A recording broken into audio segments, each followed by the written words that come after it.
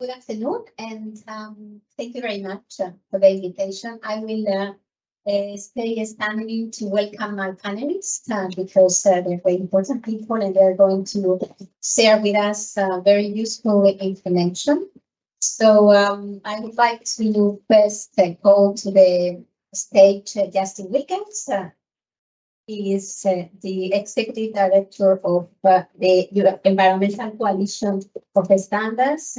Justin, I had to look into the website because I know that you rebranded it last year and I wanted to say it right.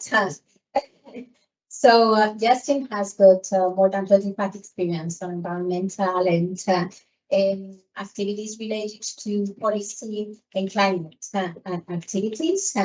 And he worked before on wind energy, that is also very and related to this.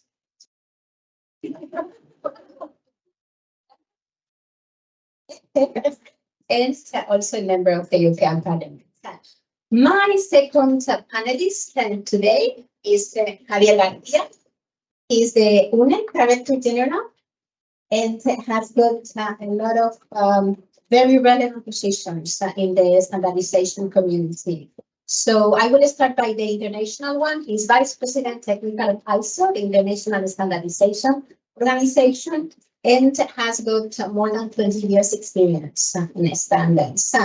He was also Vice President Technical in CENELEC and member of the ISO Council and the IC, the Standardization Management Board. And welcome to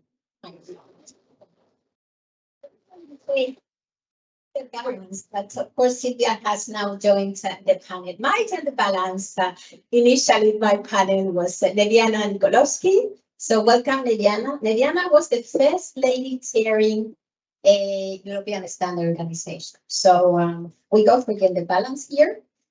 She has over 20 years experience in standardization. She's the regulatory manager in Sonova Communications, and that is a Swiss company, and has got a lot of experience in contributing to standard development in EFTA. She was actually the EFTA chair of the General Assembly from 2018 to 2022.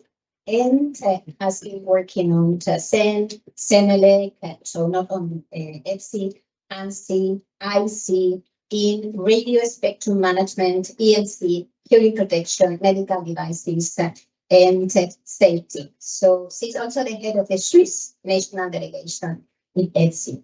So great panel and very good discussions are waiting for us. Now,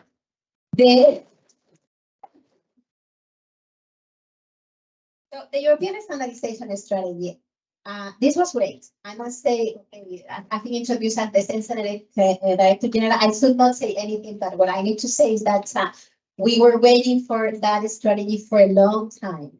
And now that we have it, we have to do something with it. So one thing is a strategy, but actually one of my vice presidents now say, no implementation, no strategy. So we really need to implement. And that's how we are going to focus our discussions today. So I'm going to make some questions to our panelists, but please try to exchange opinions because maybe it's a bit steep, but I think for our audience, it's better that we are able to have a debate rather than me making questions and you giving me answers. So my first question goes to Justin, which actually represents the societal stakeholders in the European standardization system.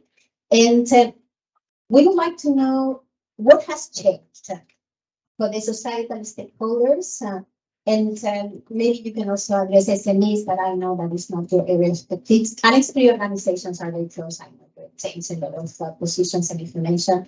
So what has changed due to the European standardization strategy?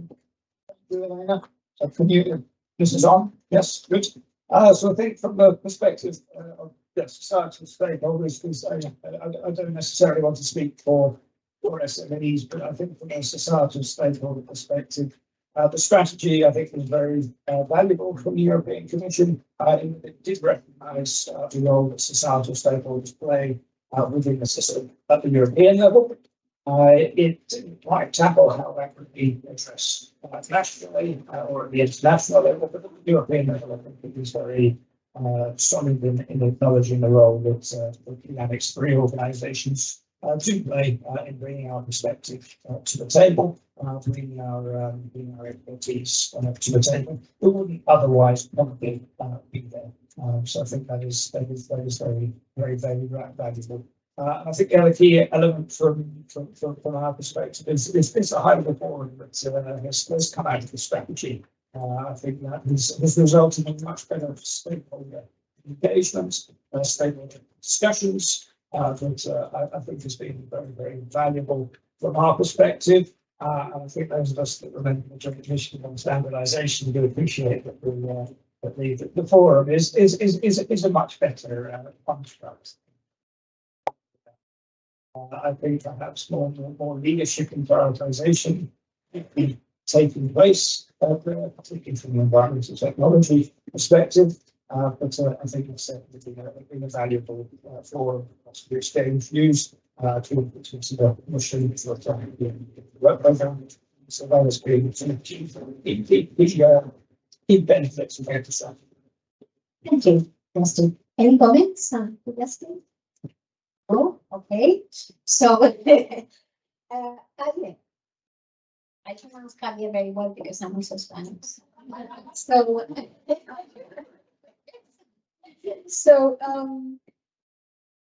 has the European, I mean, this has been somehow addressed in the keynote, but has the EU strategy had an impact on the implementation of the standardization strategy? How do you see this has been received? Thank you, Elena. Thank you, Gudrun. Thank you, EFTA, for the invitation to be here today. And yes, I think there's been reactions to the standardization strategy and to the reference to European leadership at the international level.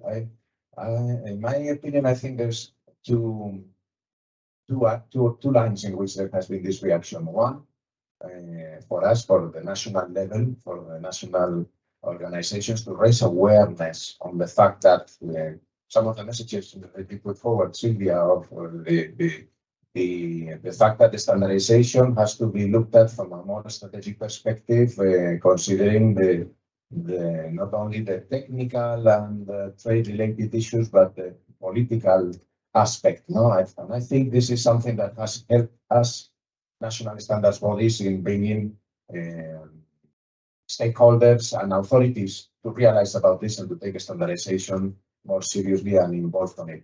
And the second area in which I see it has generated also an impact is in the reaction of our counterparts from other regions of the world as to how we are implementing that part of our standardization strategy.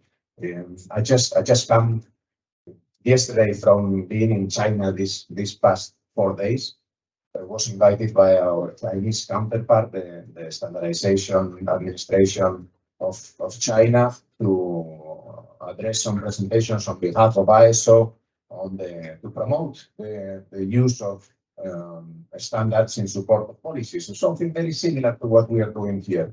And what I have clearly seen there is a very clear commitment and message to and also emphasizing some of the words like openness that they are trying to sell to the rest of the world, like we are trying to do, no, in that same line. So I think this has always also generated this reaction from our colleagues from outside Europe in terms of saying, hey, Europe is positioning itself, so we also need to be there. So this double role on the national level and with our international partners.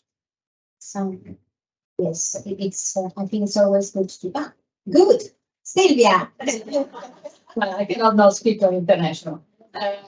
No, it's very true, and I can say that we are also cooperating with like-minded partners for adjusting our position at the international level.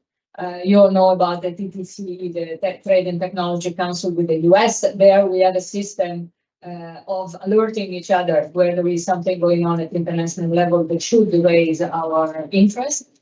But we are also trying now to do the same, and funnily enough, it's actually more difficult at European level. So to sort of try to coordinate the voices of all the national standards body when there is something strategic at ISO, IC, or ITU level. The ITU is actually becoming more and more important and problematic. And then also we have the same kind of system with Japan. We just introduced it at our last meeting. And we are trying to see whether with Canada and maybe Australia, even though now with Australia, with the negotiation stopped, we'll see what happens. But we are definitely trying to form some sort of coalitions and alliances with like-minded partners. Thank you, Silvia. So we heard about yes, it's okay.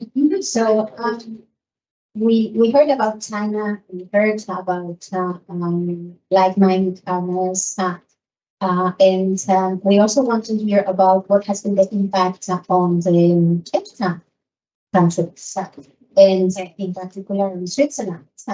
We had a nice discussion, Liliana and I, over lunch about that.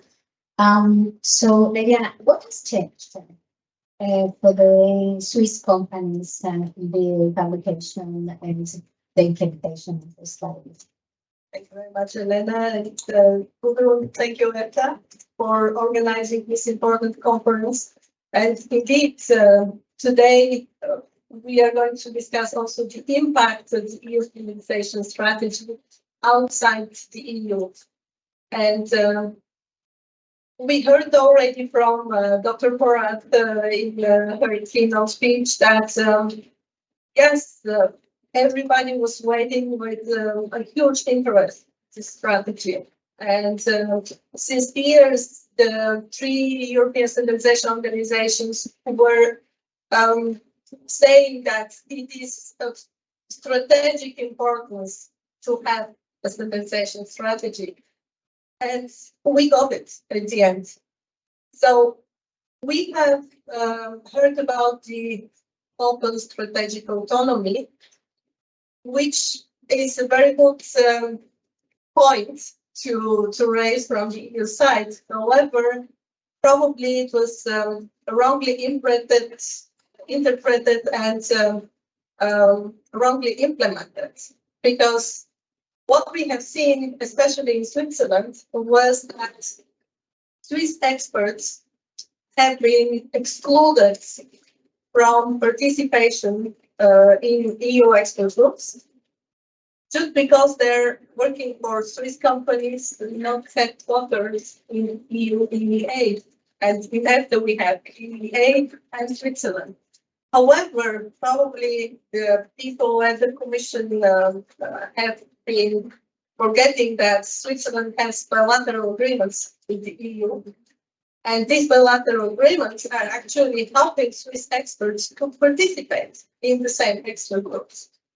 So at the end, the Swiss government discussing with the European Commission about the changes, especially in the regular expert group at the European Commission, where, as we know, experts excluded from the standardization request on R&D cyber, because cybersecurity, of course, is a matter of national importance, and Cyber Resilience Act, cybersecurity standards, AI standards will be discussed in this expert group.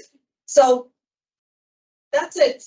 It's a time where we all see that standardization experts who have many years experience, let's say first-class experience in our standardization experts family, are excluded because of Brexit, because of non-EU EEA headquartered companies, employees, it is really a pity that we cannot leverage this experience. We are trying to motivate in Switzerland our industry experts to continue participating. Actually, it started with ETSI. When the EU standardization strategy has been presented, we have heard a lot of false information. And at that time, when we have seen that facts don't matter anymore, we decided to go back to our origins, to see what is our mission, what is our purpose in doing standards, that we are making standards and not politics. And this is what is important for us, to serve the societal needs, to make standards which are fostering interoperability, safety for the users. That's the most important. So therefore, of course, we followed the European Commission EU standardization strategy in changing our governance. There are issues which we wanted to change anyway since years, so that was a good moment to be even further motivated to do these changes. We are going into a good direction. The most important is how to really motivate our experts to continue to participate in standards work, how to put our efforts even more in education. What was also said in your keynote speech and in Dr. Horace's speech, this is where we have to really focus. How to make better experts, how to motivate young people to join our standardization expert family, and to continue our good technical work, thinking about technologies and how we can implement technologies better, of course, in the EU, but also in the wider Europe. And again, going back to ETSI, this is where we had difficult discussions with the Commission, because the Commission was asking ETSI, are you still European? Yes, of course, we are European, because ETSI has members from 46 CEPT member states countries, serving the wider Europe's interests. And that's important. This is what we are talking about, serving Europe's interests. Thank you, Diana. Thank you. So many topics. So I really, I take this as you see this kind of opportunity, and you mentioned education.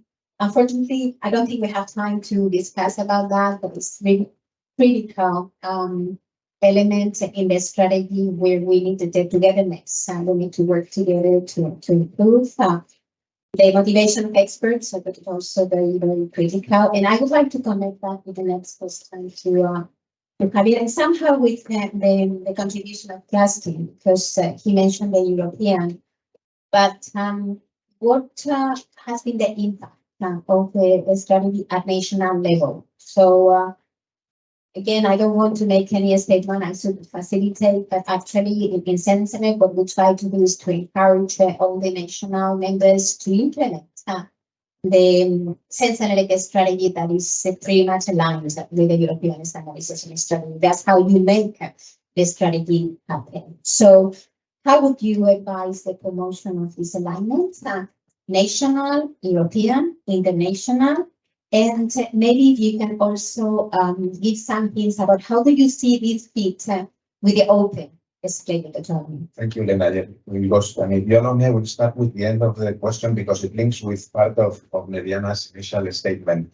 I'm around the participation of non-Europeans, no? And I go back to the reference I made a few minutes ago about my presence in China these past days. As part of the conference where I was, our Chinese colleagues presented what they called the World Openness Report. I don't know if you've heard about that or not, but World Openness Report. What is that? So they want to show themselves as an open economy. And part of what they say and how they link it with our standardization activities is that they allow participation of externals into their standards development works. Okay, that's a narrative. It's a narrative. And it's dangerous, and you highlighted, Neriana, a dangerous element for building a narrative around this item of the European standardization strategy, because we should not confuse autonomy with unilateralism. I think one of the huge foundations of our system, the international standard system, is precisely multilateralism. And this is something that we cannot risk sacrificing. So I think I wanted to highlight that point because for me, that combination at the time of world openness, and in parallel here, we are listening these things from Switzerland. Be careful with that because we risk confusing, and narrative is key. The narrative is key. We need to learn. It's only 1 year since the standardization strategy was published, 1 year and a half, so things there to learn in terms of how to communicate. Then to the first part, Elena, on the national level, I think, and Justin, you referred to it at the beginning, the high-level forum. To me, the high-level forum, it has been a tool, or is a tool that, at least in my experience in Spain, it has helped us to bring together business with authorities and, of course, with us, the operators of the standardization system, the national standards bodies, and to identify those topics related to policies, yes, of course, but always putting business at the table so that they identify which are really relevant for them, or more relevant for them than others from the national perspective, and to try to get them involved in the development of those works at European and whenever it is relevant at the international level. And here there are, I think, a couple of very good examples of how this has, not from Spain, I wish we would have some in the near time, but from my ISO responsibilities, only just very recently we have in the ISO Technical Management Board approved the establishment of 2 technical committees on around the topic of critical minerals, led by one by France, the other by Germany. I think very much in the spirit of what the strategy intends. European leadership, again, with the involvement of all the actors around the world and ensuring that not only those 2 countries that are leading will participate, but of course, that as many as possible of those of us in Europe can also participate actively there. So I think this is, to me, the high-level coordination mechanism that I would invite colleagues to establish their national mirror to it, because for us it's been a very good experience. Yeah. Thank you very much. We're going to go back to the societal needs and the impact of the strategy. I believe that maybe Justin, you can confirm or not, that Europe is pretty advanced on the concept and the efforts in making the standardization system inclusive. But this is something that we need to do together. So what would be your priority? And we heard also about the high-level forum, the prioritization. So what would be the priority for your actions to achieve the inclusiveness of the strategy? I mentioned no implementation, no strategy. Inclusiveness is certainly one of the goals, and it's also one of the values that we promote in Europe and outside.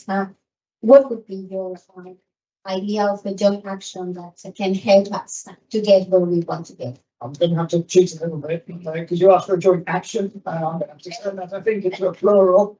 I do think from an inclusiveness perspective, see that there's a European principle. Inclusiveness is not included in the guidelines. It's transparency. There's no inclusiveness. So I think there is a substantial difference there. Standardization is political. Whether we like it or not, it is political. It should be political. We need to run with that reality. Whether a certain standard is performance-based or whether it's recipe-based is political. because it is recipe-based. It will prevent low carbon selects in the market. ASTM realised that, and they have better performance-based elements than European standards. So we do see that as a challenge. Fortunately, the construction products regulation does push for a performance-based approach. So we will see that change coming in Europe, and hopefully Europe will become the standards later with regard to low carbon select. European companies should educate as a result of that. And I think also from an EFTA perspective, construction, you do see much more progressive approach to circularity in construction from every countries. I've got some European countries, particularly countries. So I think there's also importance to make. And I think an example of one other technology, the European Commission is coming on shortly with an action plan for heat pumps. Again, a very political issue. We told some companies that the 2030s, 2040s are not going to be companies selling gas boilers, but will somehow be able to safely and get the money to convert to hydrogen. It will be manufacturers. That is the basic reality. One can take some saving approach as well with regard to the automotive sector as well for the electric versus into the there are some basic realities, statistics realities that we need to acknowledge. So I think that's absolutely key to acknowledge that. So I think in terms of joint actions, we really need to be looking at inclusiveness to the benefit of European standardization. We need to be looking at inclusiveness at the national level, and we need to be looking at inclusiveness at the international level. Silvia, would you like to comment on any of the statements? Well, just one very brief comment is that I'm very pleased that our strategy has such a huge repercussion everywhere, because I think that was actually the idea behind it. And of course, in the case of Switzerland, is a little bit, I cannot comment well about my pay grade, but I believe that some sort of solution should be found. So yeah, that's the only thing I can say. But yeah, I'm pleased to be here, and I'm pleased to hear that the strategy actually is achieving the objectives that it started with. Thank you. I have a last question for Liliana, because we all know that this is something I say very often: no experts, no standards. Doesn't matter where they come from, but actually no experts, no standards. You have referred in your first answer to you're trying to implement Switzerland to motivate the experts. But you have got a outstanding professional experience in a company, and you have been very much engaged in the standardization activities. So what would be your recommendation to motivate, to engage the experts and to make them understand the importance? I think that also in Silvia's presentation, we heard we have the statements of Commissioner Breton. Standards must be in the boardrooms. Yes, but we need to make that connection. So expertise that also understand the strategic impact and to get those experts to be around the table. So what would be your advice in that sense? Yeah, I like a lot the statement that standards are issue for a boardroom. However, it's true also that standards experts are speaking a different language from CEOs. So we need to find somehow the balance, and we need to find the right, I think, incentives for engineers or people who are willing to work in standardization to motivate them to participate. And this is what, for example, in Switzerland, what we do. We are organizing conferences where for example, industrial companies can share their latest innovations, their latest implementations, how they're challenging the technology. And this is very important for experts to meet peer experts from other companies and discuss technical issues, because in this kind of conferences or interoperability testing events, this is also very motivating for companies to see how their peers from other companies are solving technical issues, how different implementations of the same technology can interoperate. So these are important issues which we are solving with standards, of course. Standards should give the frame which is providing the safety for the users. And there are also limits there, as the regulations cannot over-regulate an area. This is the same valid and true for standards. We cannot standardize everything. We need to give some room for innovation. And yeah, this is how I see it, like high-level forums in a small size nationally, probably.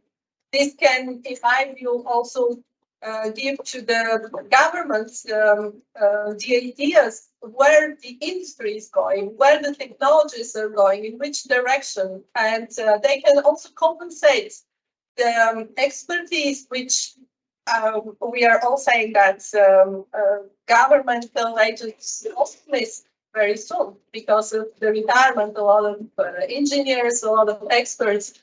So this kind of local high-level forums, conferences, testing, and of course incentives within the companies for engineers, for people who really want to participate and do that in their voluntary time.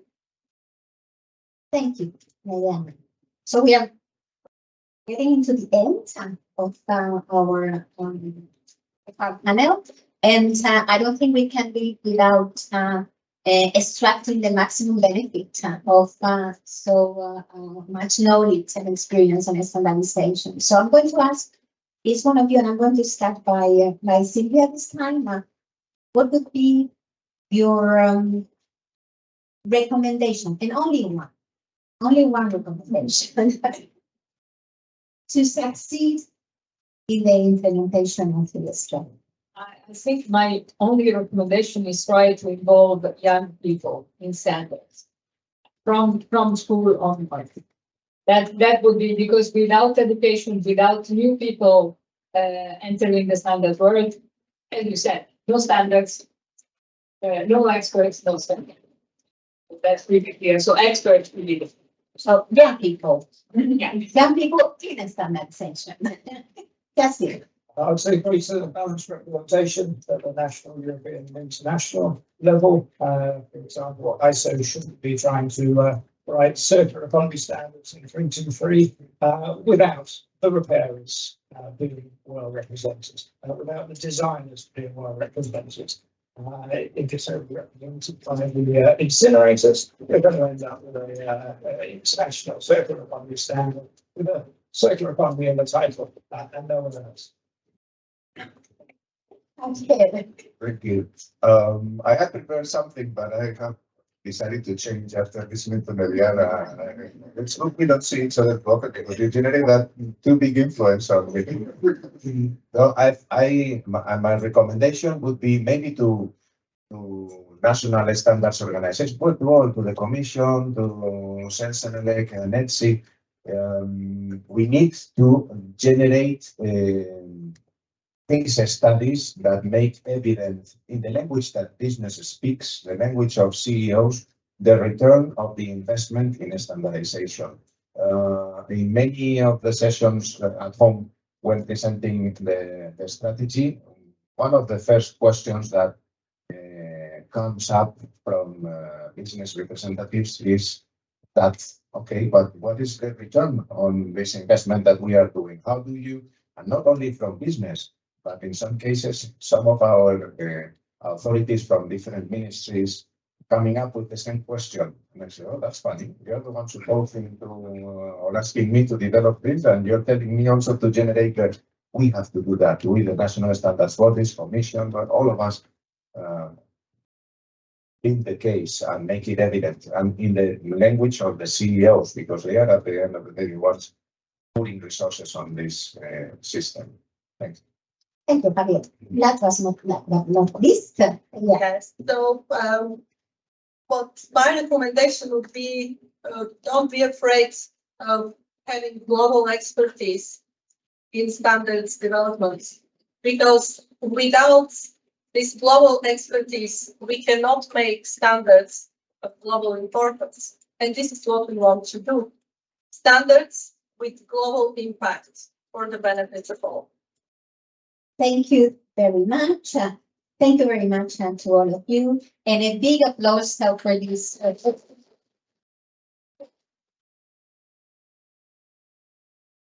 going to ask my panelists to stay here a little bit longer because we have a little surprise. We wanted to pay tribute today, benefiting from this gathering, to someone that has been devoted to a standardization for many, many years. And that she's going to go to another period of her life. Her name is Guru Omomba Dakodia.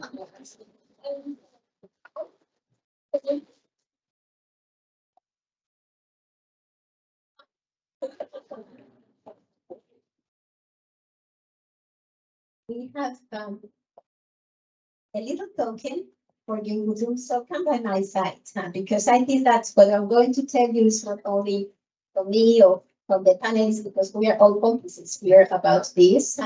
And I'm sure that the audience is also convinced about this.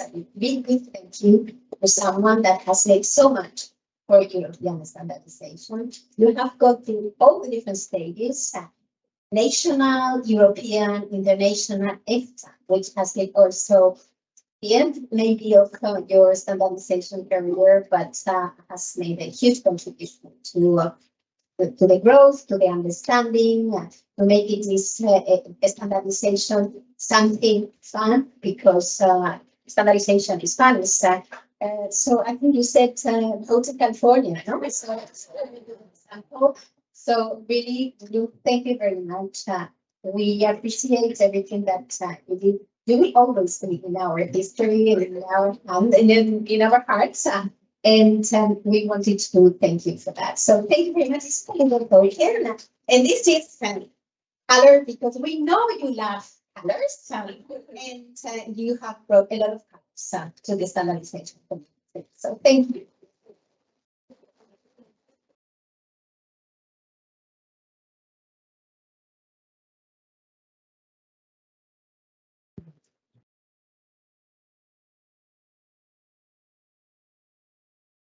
Oh, and sorry, and hijack. Questions and answers. Yes. Yes, of course, but I didn't want to miss the opportunity. So you're welcome. That's tone. So yes, you can now have a rest. I will not take any questions. I would like to turn to the audience and see if there are any questions for our panelists. Yes, so I will be the runner. Just give us your name, where you're coming from, and the question. Thank you. Thank you very much. Bettina Holm is my name, and I'm from the Swedish National Standardization Organization, ITS. And I have a question to Justin, because I think it's very interesting what you said, but for us, from the national perspective, it's really, really difficult to get the societal stakeholders engaged in the standardization, because they normally refer to their European counterpart and say, well, Europe is doing that. We can't do that on the national level. And I just wanted to get your insights. How could you make it more interesting, or more, let's say, how could you engage your national counterparts to also engage in their communities? Thank you. Yes, I think there are a number of ingredients that really need to be there. Obviously, the national standardization body needs to be open, needs to be accessible. You also need the availability of expertise within the environmental or consumer or the workers or the small businesses. That also has to be there. Without that, obviously the NSB can try and bring whatever in, but if that is not there, so it's not only on the national standardization bodies, it's not only on national government. But we need what we need from national government is to be able to facilitate that participation. We need education, we need training for environmental stakeholders, environmental experts to be able to come in to the system and to see how it works and to see that their work is having an impact. It's a moving target as well, and it's also a thankless job. You're never going to be able to get it right and stop. Inclusiveness is a moving target. A number of ingredients are needed. It works at the European level due to the standardization regulation due to the financial support that the Annex 3 organisations receive from the European Commission. That also needs to be provided for at the national level. We need national government funding to do that. We need national standardisation bodies that are then facilitating the participation, and we need the expertise to also be present.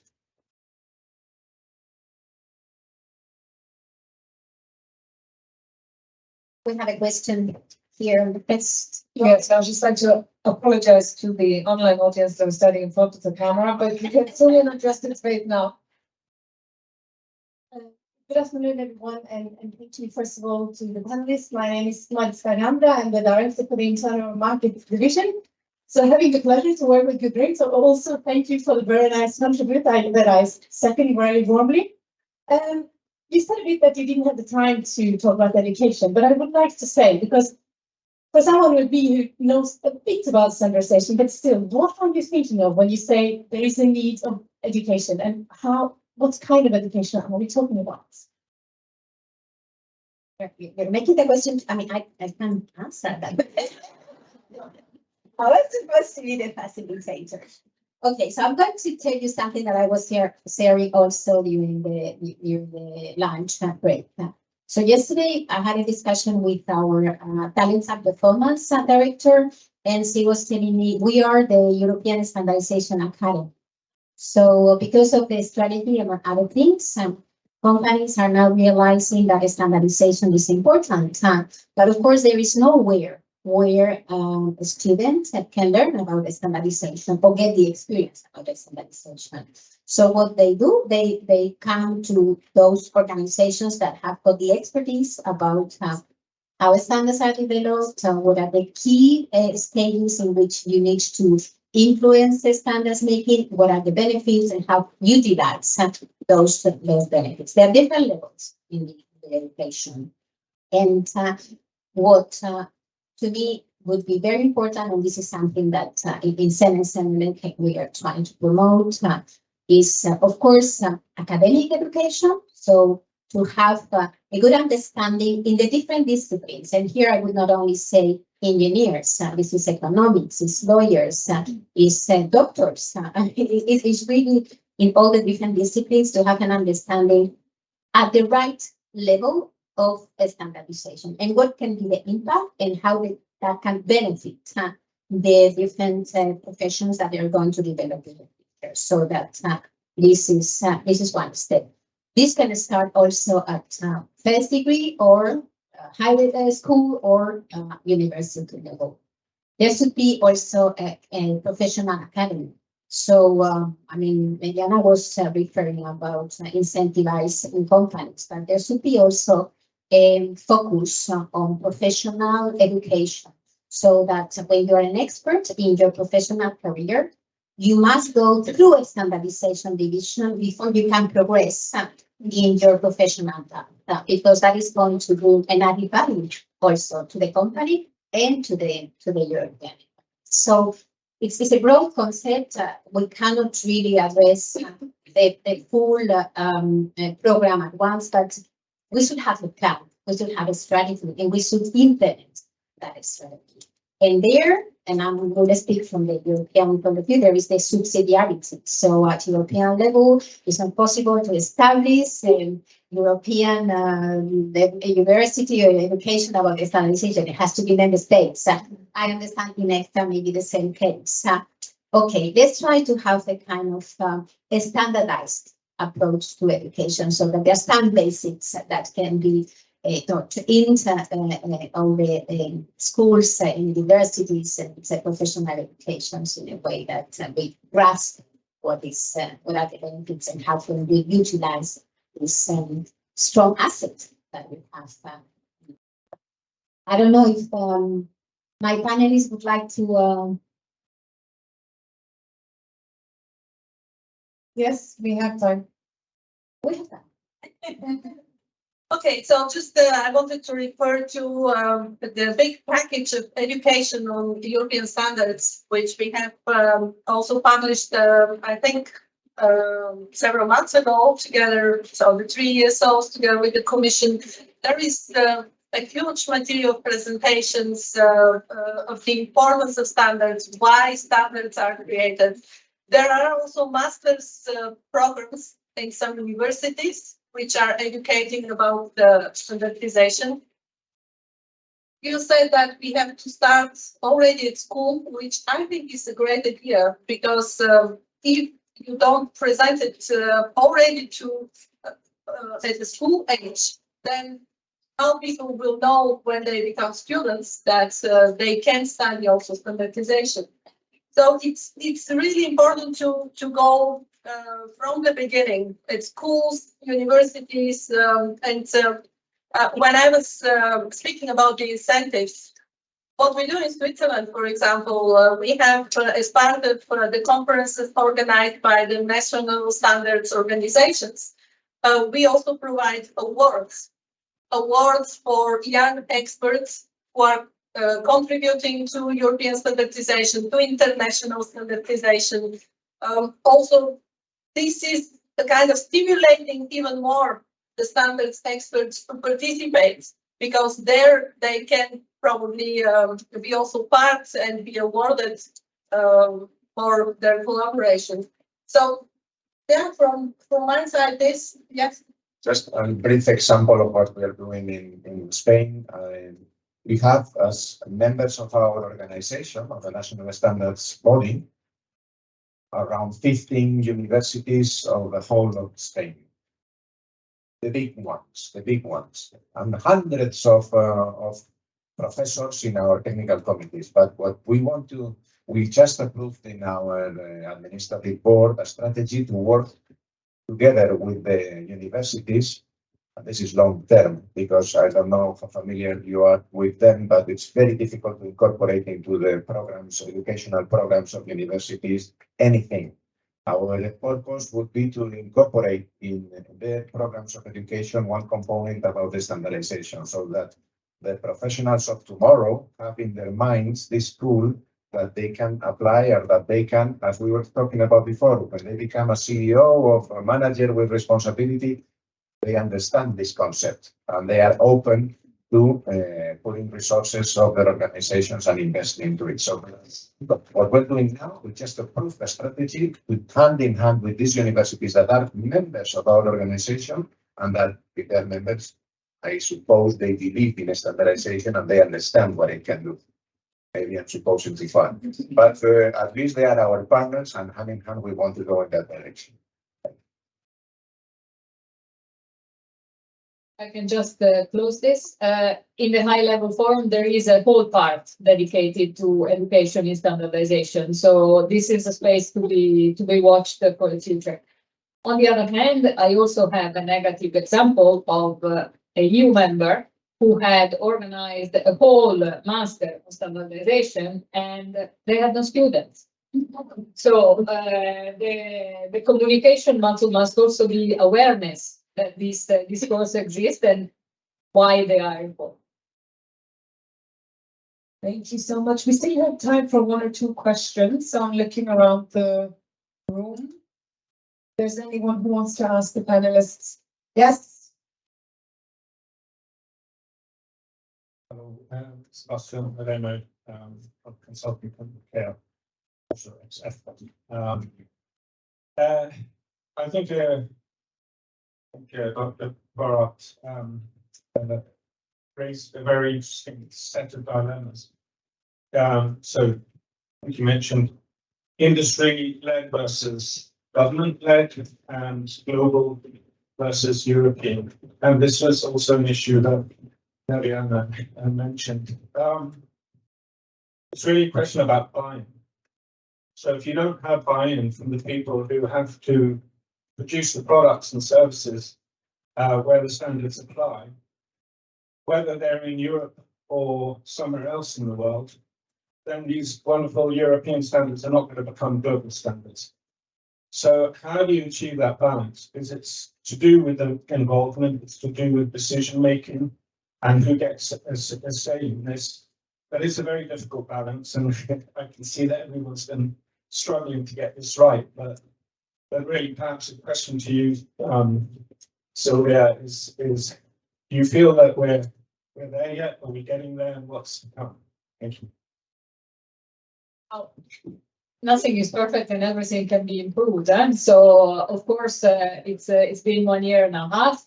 And as I was answering to Rebecca, the European Commission will not start imposing common technical specification on things.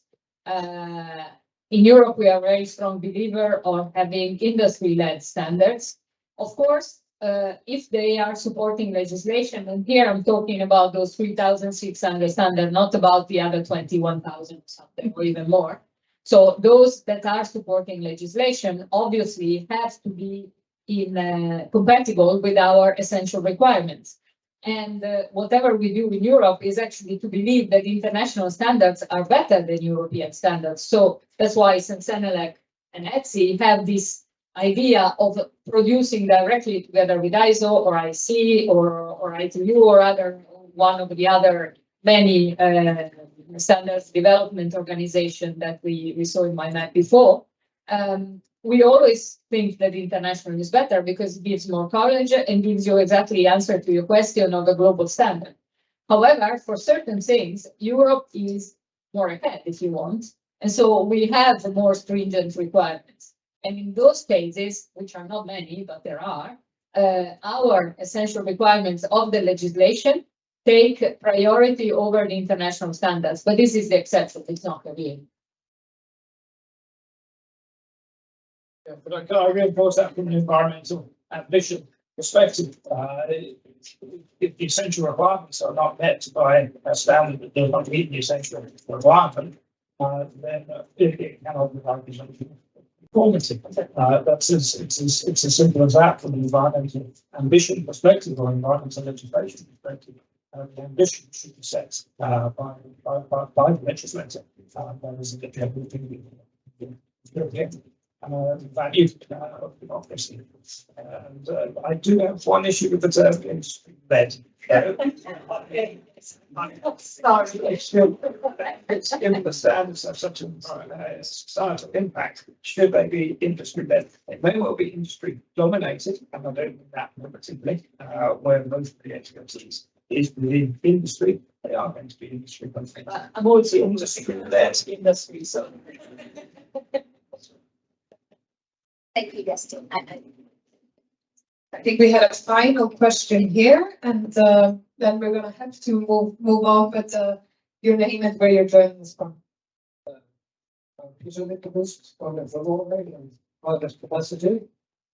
Over the years, the EU has having more higher political ambitions. How does this affect relation in terms of developing standards? I mean, the interlinking of environmental demands, cyber security, resilience, whatever.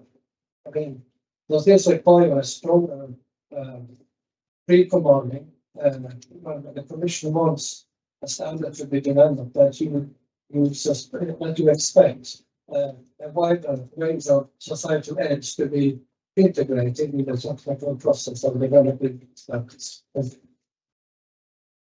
wants to answer? Well, as you probably noticed, the world has become a lot more complex in the last 20 years. So obviously standardization has to follow. And the fact that there is Europe is a big political voice, whether we like it or not. I don't know if you know the book, The Brussels Effect. It's really interesting. Saying that, I think that the effort here is to make standards fit for the future. And being fit for the future means that all the actors involved had to participate. So not only, as I said before, wrongly, industry, but also all other interested stakeholder, and especially at political level, we would like to have not a political dimension of standards, but the political level to understand what standards are and why they are important. Thank you. If I may, I also link with the previous question, which is similar. I think it is clear that the regulatory machinery in Brussels is overflooded the capacity of business to deal with the implementation and the compliance with all that regulation. And here is where we have the opportunity. Before I was talking about return on investment. How do we ensure that business sees a return on investment on the development of standards? The link with compliance of policies is clearly a return, but for that to be clear, I think again we need to build a narrative that makes it visible to organizations that if they put their best professionals to work in the development of standards first, comparing with regulation, they are how you say, they're influencing the content of the document, and they can consequently try to make compliance more feasible to their own strategies. So I think, yeah, the return on investment again linked with policy is one of those returns on investment, but it has to be clearly stated. Yeah, well, that's, I think, slightly different perspective. I don't think from an environmental perspective that Europe has been flooded by regulation that is difficult to implement. Regulation is there to correct market failures. Regulation is often complex because of industry lobbying, not because of lobbying by others. So let's not forget that as well. And I think from an environmental ambition perspective, but I have to turn it back to the strategy. High environmental ambition from Europe does allow Europe to become the standards maker, because we know where we're going in 2050. We know we're going to carbon neutrality, climate neutrality. There's no other option. We know we have to come within our planetary boundaries, so we know we have to deliver sustainability through a circular economy. The first mover advantage, being the standards maker, will come from environmental ambition. So we should also see it from that perspective.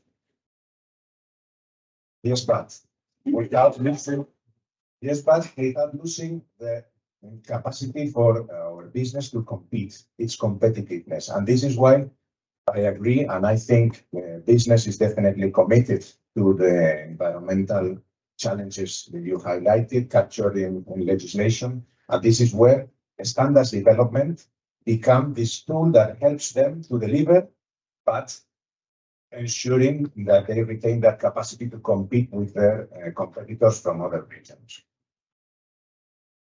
Just to step on what you have said and what Sylvia also said, yes, indeed, during the last 20 years, our life has changed a lot, our world has changed a lot, and now we have to deal with different types of challenges, cybersecurity, artificial intelligence, and in standardization, we also need to see how to deal with these challenges, because they're touching our basic values, like the face recognition, AI, trustworthiness, and so on.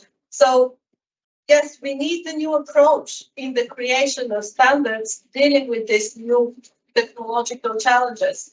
And we have to deal with that. How we will then achieve legal certainty, that's another issue. But this is what we continue to discuss with the Commission. Thank you. Okay, so I promised interesting discussions. I hope that we have managed to achieve that expectation. I'm going to ask you again to give a big applause to our panelists. I think it's good also for the exercise. Thank you. Thank you very much for your questions. I think now we have a coffee break. So I give the floor to our moderator. Thank you.